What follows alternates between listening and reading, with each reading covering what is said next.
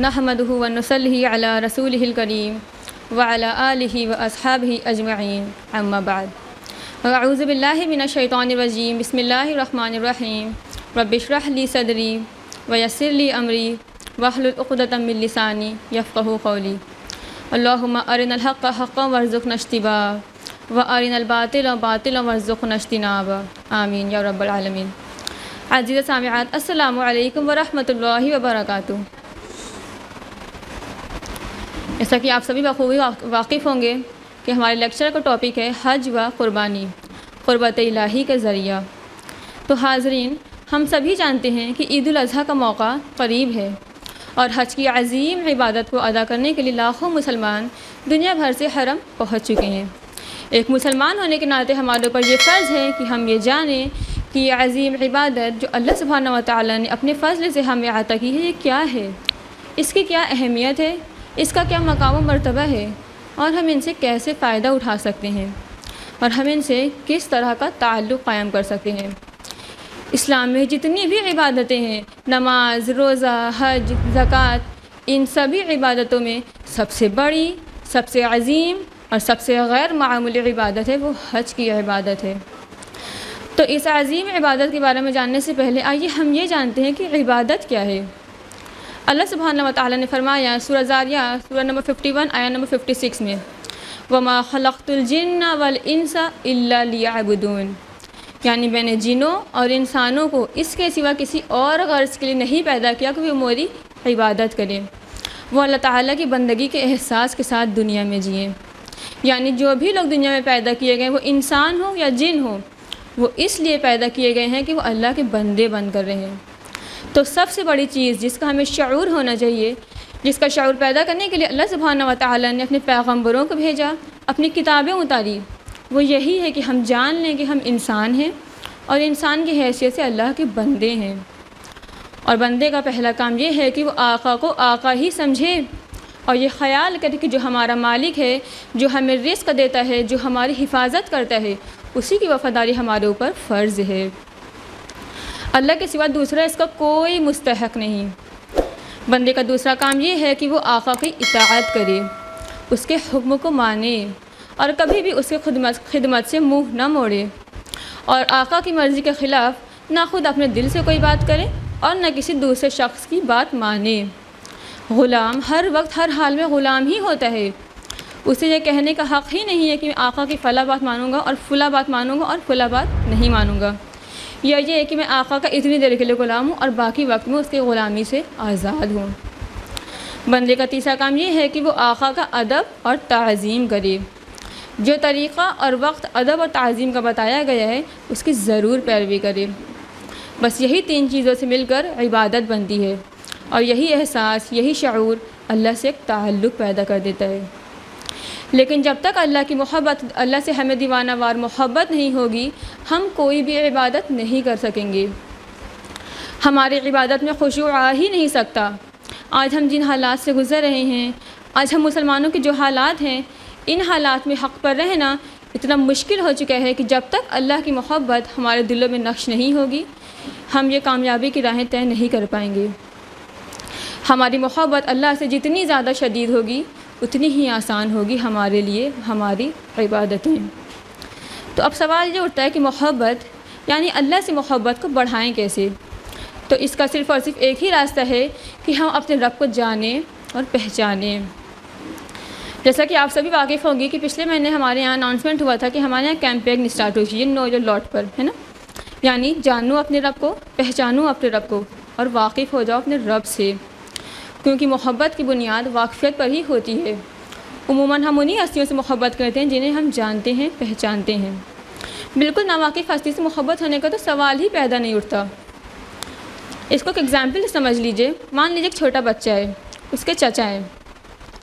چچا ہمیشہ بچے کو بہت پیار کرتے ہیں، اس کو دلار کرتے ہیں، گھماتے ہیں، پھراتے ہیں، چیزیں دلاتے ہیں، تو کیا بچے کو چچا سے محبت ہوگی؟ تو مان لیجئے اب وہی چچا اگر ایبراڈ چلے جائے، بچہ چچا کے اراؤنڈ ہی آس پاس ہی پلا بڑا ہے، اب وہ چچا اگر ایبراڈ چلے جائیں، پھر جب چچا کئی سالوں کے بعد جب واپس آئیں گے تو بچہ اور والد جب ایئرپورٹ پر لینے جائیں گے تو کیا ہوگا؟ بچہ دوڑ کر گلے سے چاچا کے لگ کر رونے لگے گا کہ چاچا آپ کہاں چلے گئے تھے. تو یہ محبت کے آنسو ہوں گے، اور یہ محبت واقفیت پر کی بنیاد پر ہوگی کہ بچہ چاچا کو جانتا ہے. مان لیجیے سیم رشتہ ہے، چچا ہے اور بچہ ہے چھوٹا، لیکن بچے کی پیدائش سے پہلے ہی چچا ایبراڈ میں رہتے تھے. بچے کی پیدائش سے پہلے ہی چچا ایبراڈ میں رہتے تھے. تو اب اگر بچہ کے بڑے ہونے کے بعد چچا جب ایبراڈ سے واپس آئیں گے، تو کیا جب چچا اور اس کے والد جائیں گے ایئرپورٹ پر لینے، تو کیا بچہ دوڑ کر گلے سے لگ کر رونے لگے گا؟ نہیں، کیونکہ بچہ جانتا نہیں ہے. دیکھیے رشتہ سیم ہے، یہاں بھی چچا ہے اور اس کے بچہ ہے چھوٹا، اور اس کیس میں بھی سیم ہے، لیکن فرق کس کا ہے؟ واقفیت کا. تو اللہ سے محبت ہم تبھی کر پائیں گے جب ہم اپنے رب کو پہچانیں گے. تو اللہ کی سچی محبت ہمارے دلوں میں تبھی پیدا ہوگی جب ہم اپنے رب کی ذات اور صفات سے ہمیں واقفیت حاصل ہوگی. جب ہم اپنے رب کو جان جائیں گے، پہچان جائیں گے کہ ہمارا رب کتنا عظیم ہے، اس کی عظمت بے پناہ ہے، وہ ہمارا پروردگار ہے، ہم سب اس کے بندے کی حیثیت رکھتے ہیں، پھر اس کا حکم بھی مانا جائے گا. یہ سب کچھ ہونے کے بعد اب اگر ہم سے ہمارا رب کسی موقع پر ہمارا تقاضا کر لے، یعنی ہم سے ہمارا وجود مانگ لے، ہم سے ہماری جان مانگ لے، یا ہم سے ہمارا مال مانگ لے، تو ہم سب کچھ نظر کر دینے کے لیے تیار ہیں؟ کیا ہم یہ سوچ بھی سکتے ہیں کہ اگر ہم سے ہمارا رب کسی چیز کی قربانی مانگ لے، ہم سے ہماری جان کی قربانی مانگ لے، ہم سے ہمارے مال کی قربانی مانگ لے، تو کیا ہمیں سب کچھ اس کی راہ میں نچھاور کر دینا چاہیے یا انکار کر دینا چاہیے؟ انہی سوالوں کے ساتھ یہ اس عظیم عبادت حج کے بارے میں جانتے ہیں کہ یہ اتنی اہم اور اللہ کی پسندیدہ عبادت کیوں ہے. میں اپنی بات ایک حدیث کے ساتھ پیش کرنا چاہوں گی جس کے راوی ہیں حضرت عمر ابن خطاب رضی اللہ عنہ. ایک شخص نے جو یہودی میں سے تھا ان سے کہا، اے امیر المومنین، آپ کی کتاب میں ایک ایسی آیت ہے کہ اگر ہم یہودیوں پر نازل ہوئی ہوتی تو ہم اس دن کو اپنے لیے عید کے طور پر مناتے ہیں. حضرت عمر رضی اللہ عنہ نے کہا وہ کون سی آیت ہے؟ تو یہودی نے کہا، الیوم اکملت لکم دینکم واتممت علیکم نعمتی ورضیت لکم الاسلام دینا. یعنی آج کے لیے میں نے تمہارے لیے تمہارے دین کو مکمل کر دیا اور تمہارے اوپر اپنی نعمت تمام کر دی اور اسلام کو تمہارے لیے دین کے طور پر پسند کیا. یعنی اس دن میں اللہ کے رسول اللہ سبحانہ وتعالیٰ نے کیا فرمایا کہ آج کے دن میں نے تمہارے دین کو مکمل کر دیا. تو حضرت عمر رضی اللہ عنہ نے کہا کہ ہم تو پہلے سے ہی جانتے ہیں کہ اس آیت کا نزول ہم اس جگہ کو بھی جانتے ہیں جہاں یہ آیت نبی صلی اللہ علیہ وسلم پر اتری. اب وہ آپ صلی اللہ علیہ وسلم عرفات کے میدان میں کھڑے ہوئے تھے، وہ جمعے کا دن تھا. اس حدیث میں حضرت عمر رضی اللہ عنہ اور یہودی کے درمیان ایک مکالمہ ہے. یہودی نے کہا، آپ کے قرآن میں ایک ایسی آیت ہے جس میں دین کے مکمل ہونے کا اور اللہ کی نعمت اتمام ہونے کا اور اسلام کو دین بنا دینے کے احسان کا ذکر اللہ نے کیا ہے. اگر ہم یہودیوں پر نازل ہوئی ہوتی تو ہم اس کو عید کے طور پر مناتے ہیں. تو حضرت عمر رضی اللہ عنہ نے کہا کہ ہم تو پہلے سے ہی جانتے ہیں کہ اس آیت کا نزول ہمارے لیے یوم عید ہے. یہ آیت جمعہ کو عرفہ کے دن جب لوگ عرفات کے میدان میں کھڑے ہوئے تھے تب نبی صلی اللہ علیہ وسلم پر نازل ہوئی. یعنی یہ کوئی نئی بات تو ہے نہیں جو تم بتا رہے ہو، بلکہ یہ ہمارے یہاں تو پہلے سے ہی عید کا دن ہے. اسے ہم عید قربانی کے طور پر مناتے ہیں. اس عید کے دن میں اللہ کے احسان پر شکر کی ادائیگی بھی شامل ہے کہ اس نے ہمارے اوپر ہمارے دین کو مکمل کر دیا اور ہمارے اوپر اس ہدایت کی نعمت، سب سے بڑی نعمت ہمیں عطا فرمائی اور اسلام کو بحیثیت دین ہمارے لیے پسند فرمایا. عید کا دن جشن اور خوشی کا دن ہوتا ہے. نبی صلی اللہ علیہ وسلم نے مسلمانوں کے لیے 2 ہی دن عید کے لیے پسند فرمایا. پہلا ہے عید الفطر کا دن اور دوسرا عید الاضحیٰ کا دن. یعنی ایک وہ عید جو رمضان المبارک کے اختتام پر منائی جاتی ہے جب لوگ 1 مہینے کا روزہ رکھ کر فارغ ہوتے ہیں، اور ایک وہ عید جو حج کے اگلے دن منائی جاتی ہے جب سارے حاجی مینا میں اللہ کے حضور اپنی قربانی نظر کرتے ہیں اور اس سے 1 دن پہلے عرفات کے میدان میں کھڑے ہو کر اپنے حج کو مکمل کرتے ہیں. اس عید کے دن میں اللہ کے احسان پر شکر کی ادائیگی بھی شامل ہے کہ اس نے ہمارے اوپر ہمارے دین کو مکمل کیا. تہوار اور عید کا دن کسی بھی قوم کے لیے جشن اور خوشی کا دن اس لیے ہوتا ہے کہ وہ دن ان کی زندگی یا قوم کی تاریخ میں کوئی ایسا دن آیا ہوتا ہے جس کے ساتھ ان کی قوم کا، تاریخ کا یا اللہ کے احسانات کا رشتہ بندھا ہوتا ہے. اگر ہم عیسائیوں کی عید کے بارے میں بات کریں تو وہ لوگ کرسمس کو حضرت عیسیٰ علیہ السلام کی پیدائش کا دن سمجھ کر عید کے طور پر مناتے ہیں۔ یہودی اس دن عید مناتے ہیں جب اللہ سبحانہ تعالیٰ نے ان کو فرعون سے نجات دی۔ اس دن ان کی قومی زندگی میں وہ دن اللہ کی بشارت، اللہ کے انعامات اور اللہ کے احسانات کے لیے یادگار دن ہے۔ اسی دن اللہ سبحانہ تعالیٰ نے ان کو فرعون کے غلامی سے نجات دے کر فلسطین کی حکومت عطا فرمائی۔ اور اگر ہم دوسرے قوموں کو دیکھیں تو انہوں نے اپنی عید اور جشن کو سالوں اور تہواروں کے موسموں کے ساتھ باندھ رکھا ہے۔ جب سردی ختم ہو کر بہار کی پہلی کوپل پھوٹتی ہے تو کہیں نوروز کا جشن اور کہیں بسنت کا جشن منایا جاتا ہے۔ کہیں فصل کٹائی کے دن کو کہ اللہ نے ان پر بڑا احسان کیا ہے عید کے طور پر مناتے ہیں۔ اسی طرح سے دنیا کی قومیں طرح طرح کے جشن مناتی ہے۔ ہم نے بھی جس حدیث کا ذکر کیا ہے اگر ہم اس پر غور کریں تو اس حدیث میں ہدایت کے مکمل اللہ سبحانہ تعالیٰ کے احسان کا ذکر ہے کہ اس نے عید الاضحیٰ کا دن ہدایت کے مکمل ہونے کا جشن بھی ہے۔ اس میں اسوہ ابراہیمی کی پیروی بھی ہے۔ حج کے مناسک کی ادائیگی اور قربانی کے ساتھ ساتھ جو چیزیں مسلمانوں کے لیے خاص طور پر شامل ہے وہ یہ کہ اس عید سے ایک دن پہلے اللہ سبحانہ تعالیٰ نے اپنا یہ فرمان نازل فرمایا اور ہدایت کے مکمل ہونے کا اعلان فرمایا کہ اللہ کی سب سے بڑی نعمت اور زندگی بسر کرنے کا صحیح راستہ تم کو بتا دیا گیا ہے، جس سے دنیا میں تمہارے لیے فلاح، کامیابی اور ترقی تمہارے حصے میں آئے گی، اور آخرت میں اللہ کی خوشنودی اور اجر تمہارے حصے میں آئے گا۔ ہم اور آپ غور کریں تو دونوں عیدوں کا اللہ تعالیٰ کی نعمتوں سے کتنا گہرا تعلق ہے۔ رمضان کے سارے روزے تو انسان اس لیے رکھتا ہے کہ ہمارے اندر ہدایت کی توفیق پیدا ہو، ہمارے اندر تقویٰ کی کیفیت پیدا ہو، ہمیں اپنے اوپر اتنا ضبط اور ڈسپلن حاصل ہو کہ اللہ سبحانہ تعالیٰ نے ہمیں جن چیزوں سے روکا ہے اس چیز سے رک جائیں۔ اللہ کی شریعت کی جو امانت ہمارے پاس آئی ہے اس پر عمل پیرا ہونے کے لیے جس انسان کی ضرورت پڑتی ہے رمضان کے 30 دن کے روزے وہی کردار بناتا ہے۔ اور بقرعید کی تقریب اور جشن اس ہدایت کے بالکل ایک دوسرے پہلو کی طرف اشارہ کرتا ہے، اور وہ پہلو یہ ہے کہ ہدایت اس بات کا مطالبہ کرتی ہے کہ اس کے ماننے والے اپنی شخصیت پر مکمل تعمیر کے لیے، اپنے دین پر مکمل طور پر عمل پیرا ہونے کے لیے قربانی دینے کو تیار ہوں۔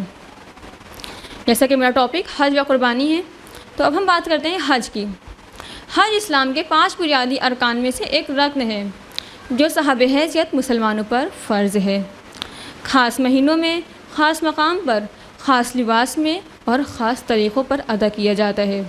عربی زبان میں حج کا معنی زیارت کا ارادہ یعنی قصد کرنا ہے۔ چونکہ چاروں طرف سے لوگ کعبہ کا قصد کرتے ہیں اس لیے اس کا نام حج ہے۔ حج جن مہینے میں رکھا گیا اس کی بہت بڑی فضیلت ہے۔ جس طرح سے اللہ سبحانہ و تعالیٰ نے ہفتے کے 7 دن میں جمعے کو، سال کے 12 مہینوں میں رمضان المبارک کو اور پھر رمضان المبارک کے 3 اشرے میں آخری اشرے کو فضیلت بخشی ہے۔ اسی طرح سے ذوالحجہ کے پہلے 10 اشرے یعنی پہلے 10 دن کی بہت بڑی فضیلت قرآن و حدیث میں ملتی ہے جس کو ہم بہت معمولی سمجھتے ہیں۔ حدیث بخاری کی اللہ کے رسول صلی اللہ علیہ وسلم نے فرمایا کہ ذوالحجہ کے ابتدائی 10 دنوں کے مقابلے میں دوسرے کوئی ایام ایسے نہیں جن میں نیک اعمال اللہ سبحانہ و تعالیٰ کو ان دنوں سے زیادہ محبوب ہوں۔ یعنی ذوالحجہ کے پہلے 10 تاریخ میں انسان جو نیک اعمال کرتا ہے اللہ سبحانہ تعالیٰ کو اتنے زیادہ محبوب ہیں کہ دوسرے کسی ایام میں نیک اعمال اتنا پسند نہیں جتنا ان دنوں میں۔ تو صحابہ نے عرض کیا یا رسول اللہ جہاد بھی نہیں؟ تو اللہ کے رسول صلی اللہ علیہ وسلم نے فرمایا راہ خدا میں جہاد بھی نہیں، یعنی اتنا افضل ہے ان دنوں میں عبادت کہ اللہ اگر انسان عام دنوں میں جہاد بھی کرے تو ان دنوں میں کیے گئے اعمال کی برابری نہیں کر سکتا، سوائے اس مجاہد کی جو اللہ کی راہ میں نکلا ہو، اپنی جان بھی لے جائے اور اپنا مال بھی لے جائے، یعنی وہ شہید ہو جائے، تو اس صورت میں وہ عمل زیادہ محبوب ہے۔ اس کے علاوہ دوسرا کوئی ایسا عمل نہیں جو اللہ کو ان دنوں سے زیادہ محبوب ہو۔ دراصل یہ عشرہ حج کا ہے اور ان ایام کا خاص الخاص عمل حج ہے، لیکن حج مکہ معظمہ میں جا کر ہی ادا ہو سکتا ہے۔ اس لیے یہ عمر میں ایک دفعہ وہ بھی اہل استطاعت مسلمانوں پر فرض ہے۔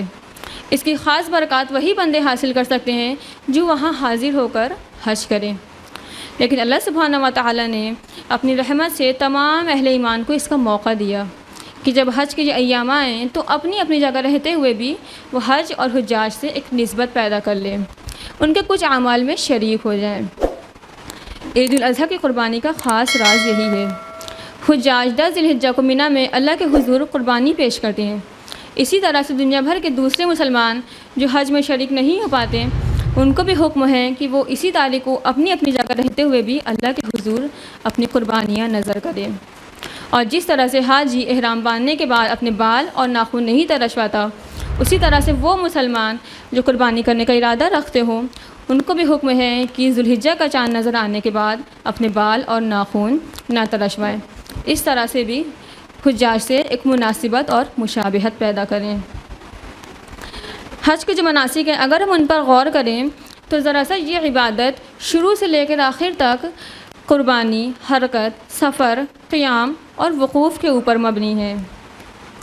اس بات کی علامت ہے کہ دین اس لیے آیا ہے کہ ایک طرف تو انسان کو اپنے اوپر کنٹرول اور ضبط نفس حاصل ہو کہ اپنے نفس کو اپنے قابو میں رکھ سکتا ہو، لیکن عید قربانی جو قربانی کی عید ہے وہ انسان کو، آدمی کو اس بات کے لیے تیار کرتی ہے کہ وہ اللہ کی راہ میں نکلے، اس کی راہ میں اپنا مال بھی خرچ کرے اور اپنا وقت بھی خرچ کرے اور اللہ کی راہ میں سفر بھی کرے، اللہ کی راہ میں نکل کر اپنے محبت کا اظہار بھی کرے اور اپنے کپڑے اتار کر 2 سفید چادریں پہن لے کہ اس بات کی علامت کہ وہ اللہ کی راہ میں نکلا ہے، تو اس نے وہ لباس پہنا ہوا ہے کہ جب اللہ کے گھر میں دوبارہ موت کے بعد حاضر ہونے کے لیے جو پہنے گا، اسی لباس کو پہنے ہوئے وہ دیوانہ وار اللہ کے دربار میں حاضر ہوتا ہے، اللہ کے دروازے پر کھڑا ہوتا ہے، اللہ کے آگے ہاتھ پھیلاتا ہے۔ حالانکہ اللہ اس گھر میں قیام نہیں کرتا کہ وہ اس طرح کا بیت اللہ نہیں ہے کہ اللہ وہیں رہتا ہے، بلکہ اللہ سبحانہ و تعالیٰ تو اپنے علم، اپنی سماعت و بصارت سے تو ہر جگہ موجود ہے، لیکن اللہ سبحانہ و تعالیٰ نے اس گھر کو اپنے نام سے موسوم کر لیا ہے، تو چونکہ اسے اللہ نے اپنے سے نسبت دے لیے، اس لیے آدمی اس کے چکر لگاتا رہتا ہے۔ اور وہ ایسا کیوں کرتا ہے؟ کیونکہ اسے اللہ سے محبت ہے، اور جب محبت ہو جائے تو محبوب کی ہر چیز سے محبت ہو جاتی ہے۔ حجر اسود جس کو لوگ چومتے ہیں، حضرت عمر رضی اللہ عنہ سے کسی شخص نے پوچھا کہ آپ اس کو کیوں چومتے ہیں؟ تو حضرت عمر رضی اللہ عنہ نے فرمایا کہ چونکہ اسے میرے نبی نے چوما تھا اس لیے میں اس کو چومتا ہوں۔ تو یہ اللہ کے رسول صلی اللہ علیہ وسلم نے اس کو چوما ہے، اس لیے جو سنت کے طور پر لوگ اس کو چومتے ہیں۔ اللہ سبحانہ تعالیٰ نے خانہ کعبہ کو کہا کہ میرا گھر ہے، تو آدمی اس کے چکر لگاتا رہتا ہے، کچھ نہیں پڑتا، بس دیوانہ وار چکر لگاتا رہتا ہے۔ وہاں پر 2 پہاڑیاں ہیں، صفا مروہ۔ بظاہر تو ان چھوٹی سی پہاڑیاں، اس میں کوئی حسن نہیں، لیکن اس کا سارا حسن تو اس وجہ سے ہے کہ اللہ کی ایک بندی حضرت حاجرہ سلام علیہا نے بظاہر جب کوئی سہارا، کوئی آسرا نہ تھا، اللہ کے اوپر بھروسہ کیا اور بے چینی کے ساتھ اس پہاڑی سے اس پہاڑی اور اس پہاڑی سے اس پہاڑی کے چکر لگاتی رہیں، اور انہی کی سنت کی پیروی میں دونوں پہاڑیوں کے درمیان چکر ہو گیا۔ اس بات کی علامت کے طور پر کہ دین میں اصل چیز کوشش ہے، جس کا نام سعی ہے، جس کا معنی کوشش۔ کیسی کوشش؟ اللہ کی راہ میں قدم اٹھانا، اللہ کی راہ میں چلنا، اللہ کے اوپر بھروسہ کرنا۔ اور جو شخص اللہ کے اوپر بھروسہ کرے گا تو ہو سکتا ہے جہاں کہیں دور دور پانی کا نام و نشان نہ ہو، انسان کا نام و نشان نہ ہو، غذا کا کوئی بندوبست نہ ہو، ایک تنہا عورت اور ایک شیرخوار بچہ ہو، تو اللہ سبحانہ و تعالیٰ ایک بچے کے پاؤں کے ٹھوکر سے بھی پانی کا چشمہ جاری کر سکتا ہے، کیونکہ ان اللہ علی کل شیء قدیر، بے شک اللہ تعالیٰ تو ہر چیز پر قدرت رکھتا ہے۔ سعی کی پوری عبادت ہمیں یہ بتاتی ہے کہ اللہ کو صرف کلمات کا دہرانا مطلوب نہیں ہے، بلکہ یہ مطلوب ہے کہ اللہ کی راہ میں جد و جہد کرے، اس کی راہ میں نکل کر راہ میں نکل کر سفر کرے، اللہ سے محبت کرے، اس پر بھروسہ کرے کہ اللہ سبحانہ تعالیٰ نے جو چیز مقرر کر دی ہے، خواہ وہ سمجھ میں آئے یا نہ آئے، کہ ان صفا مروہ پہاڑیوں کے درمیان کے چکر کا کیا فلسفہ ہے، وہ اللہ کے حکم کی خاطر 7 چکر لگائے، تو اس طرح سے اس کی سعی کی عبادت مکمل ہو جاتی ہے۔ پھر احرام باندھ کر 3 میل فاصلے پر منی کی طرف جائے اور قیام کرے، پھر اٹھے اور عرفات کے میدان میں ڈیرے ڈالے، پھر عرفات سے واپس آئے مزدلفہ میں ڈیرے ڈالے، پھر جا کر ایک دفعہ طواف کر کے آ جائے تو اس کا حج مکمل ہوا، پھر اس کے اگلے دن قربانی کر کے عید مناتا ہے۔ اس عید کو اسوہ ابراہیمی کے ساتھ جوڑ کر اللہ سبحانہ و تعالیٰ نے ہمیں کئی چیزوں کی تعلیم دی ہے، اور سب سے بڑھ کر توحید کی تعلیم کہ اللہ کی ایسی بندگی کی جائے جس میں اس کا کوئی دوسرا شریک نہ ہو۔ اللہ کی راہ میں قربانی، جان کی قربانی، مال کی قربانی، وطن کی قربانی، ہر چیز کی قربانی کا کوئی اسوہ ہے تو حضرت ابراہیم علیہ السلام کا اسوہ ہے۔ باپ کو ترک کر دیا، وعدہ کیا کہ آپ کے لیے مغفرت کی دعائیں کروں گا، لیکن اللہ سبحانہ و تعالیٰ نے جب منع کر دیا کہ مشرک کے لیے استغفار نہیں ہو سکتا تو رک گئے۔ اپنے وطن میں وہاں کے سب سے بڑے پجاری کے بیٹے، سب سے بڑے پیر کی گدی ان کے لیے مخصوص تھی، اگر اس گدی پہ بیٹھتے ہیں تو اپنے قوم کے مذہبی سردار ہوتے، اپنے قوم کے پیشوا ہوتے، بتوں کی پوجا کرتے تو لاکھوں کا مال پوجا پاٹ کی صورت میں ان کے قدموں میں نچھاور کر دیا جاتا، مگر ان سب کو چھوڑ دیا، آگ میں ڈالے گئے، بے جھجک کود گئے، گھر چھوڑنا پڑا، چھوڑ کر نکل گئے، فلسطین، شام، مصر کے صحرا اور جنگلوں میں در بدر بھٹکے، حکم ہوا کہ اپنی بیوی اور بچے کو وہاں چھوڑا جہاں اللہ کے گھر کی پہلی بنیاد موجود ہے، تو بنا چون چراغی اس کو بھی چھوڑ آئے۔ اور یہ قربانی کچھ کم نہ تھی کہ اس عظیم اور بڑی قربانی کا مطالبہ کیا اللہ سبحانہ و تعالی نے۔ خواب میں اشارہ ہوا کہ اپنے لخت جگر، اپنے بیٹے کی قربانی کرو، ہاں وہی بیٹا جسے ابراہیمی مشن کا علم بردار ہونا تھا، بڑھاپے کا سہارا ہونا تھا، اسی کو راہ خدا میں قربان کرنے کا حکم ہوا، اور ابراہیم علیہ السلام اس کو بھی قربان کرنے کے لیے تیار، اللہ کی راہ میں قربان کرنے کے لیے تیار ہو گئے۔ اللہ سبحانہ و تعالیٰ کو ان کی یہ قربانی اتنی پسند آئی کہ اللہ سبحانہ و تعالیٰ نے اس قربانی کو ذبح عظیم قرار دیا، اور قیامت تک کے لیے یہ سنت جاری کر دی کہ اس تاریخ کو دنیا بھر میں تمام اہل ایمان جانور قربان کریں۔ اس یاد کو منانے کا مقصد یہ ہے کہ مسلمانوں کے اندر قربانی کی وہی روح اور اللہ سبحانہ تعالیٰ سے وفاداری کی وہی محبت، اللہ سے محبت اور وہی شان پیدا ہو جس کا مظاہرہ اللہ ابراہیم علیہ السلام نے اپنی پوری زندگی میں کیا۔ تو میری بہنوں، جو یہ عید آنے والی ہے جسے ہم عید الاضحیٰ کہتے ہیں، اس کا مقصد یہ ہے کہ ہم اپنے اندر زندگی کا مقصد ٹھیک کریں، اللہ کی راہ میں نکلیں اور قربانی کریں۔ حج اور قربانی کا یہی مقصد ہے جو ہمیں یاد رکھنا چاہیے۔ حج دراصل اس مقام، اس جگہ پر ہوتا ہے جو ہر نمازی کا قبلہ ہے، یعنی جو بیت الحرم کا مالک ہے، یعنی ہمیں اپنی زندگی کا رخ اس کی طرف موڑ دینا چاہیے، اللہ سبحانہ و تعالیٰ کی طرف موڑ دینا چاہیے۔ ہمیں اپنی زندگی میں ہر کام صرف اور صرف اللہ کے لیے کرنا ہے، اللہ کو حاضر ناظر جان کر کرنا ہے، تبھی ہم قربانی کا وہ حق ادا کر سکتے ہیں جیسے قربانی اللہ سبحانہ و تعالیٰ کو پسند ہے۔ ابھی ایک سوشل میڈیا پر ویڈیو وائرل ہوا ہے جن کا نام ہے عامر الغدافی، ہے نا، کہ کیا ہوا تھا، وہ حج کے لیے نکلے تھے لیکن ان کو جانے کی پرمیشن نہیں ملی تھی اور فلائٹ چلی گئی، اور وہ اپنے گھر نہیں گئے، انہوں نے کہا کہ میں اللہ کے لیے نکلا ہوں، اللہ کے گھر ہی جاؤں گا، میں اپنے گھر نہیں جاؤں گا۔ اب اللہ تعالیٰ کی حکمت دیکھیے، اللہ سبحانہ تعالیٰ کو ہی کیا ہی منظور تھا کہ فلائٹ جانے کے بعد پھر کچھ ٹیکنیکل ایشو کی وجہ سے فلائٹ پھر واپس آئی، اور لیکن دوبارہ بھی ان کو جانے کی پرمیشن نہیں ملی، فلائٹ پھر چلی گئی، لیکن اس کے بعد پھر وہی ٹیکنیکل ایشو کی وجہ سے فلائٹ پھر واپس آئی، اور اس دفعہ پائلٹ نے خود بول دیا کہ جب عامر الغدافی ہمارے ساتھ نہیں آئیں گے میں پلین نہیں اڑاؤں گا، تو اس طرح سے ان کو جانے کی پرمیشن مل گئی۔ تو اس واقعہ کو بتانے کا مقصد صرف یہ ہے کہ ان کا مقصد کتنا کلیئر تھا کہ میں اللہ کے گھر کے لیے ہی نکلا ہوں، ان کا توکل کتنا مضبوط تھا، تو اللہ سبحانہ و تعالیٰ نے کس طرح سے ان کی مدد کی۔ تو اگر ہمیں بھی اپنی زندگی میں ہمارا مقصد اگر کلیئر ہوگا تو ہمارے لیے بھی اللہ سبحانہ و تعالیٰ ایک معجزہ کر سکتا ہے۔ تو ہمارا مقصد کلیئر ہونا چاہیے۔ اگر ہمارا مقصد، بہت سارے مقصد ہوں گے، بہت سارے قبلے ہوں گے، بہت سارے محبوب ہوں گے، تو ہم وہ قربانی کا حق ادا نہیں کر سکتے، اور جس کے بغیر دین مکمل نہیں ہو سکتا۔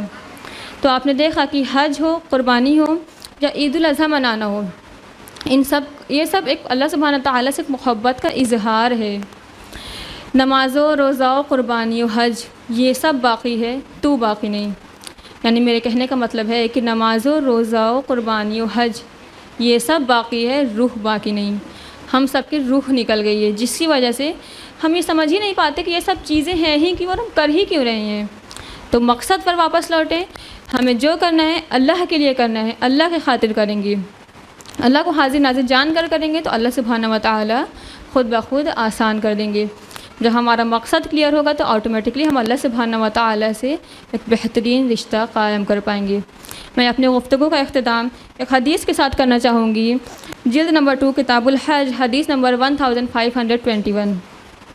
رسول اللہ صلی اللہ علیہ وسلم نے فرمایا، جس شخص نے اللہ کے لیے حج کیا اور اس میں کوئی فحش اور کوئی گناہ نہ ہوا تو وہ اس طرح پلٹا جیسے اس کی ماں نے اسے ابھی جنا ہو. وآخر الدعوانا ان الحمد للہ رب العالمین. جزاکم اللہ خیرا، والسلام علیکم ورحمۃ اللہ وبرکاتہ.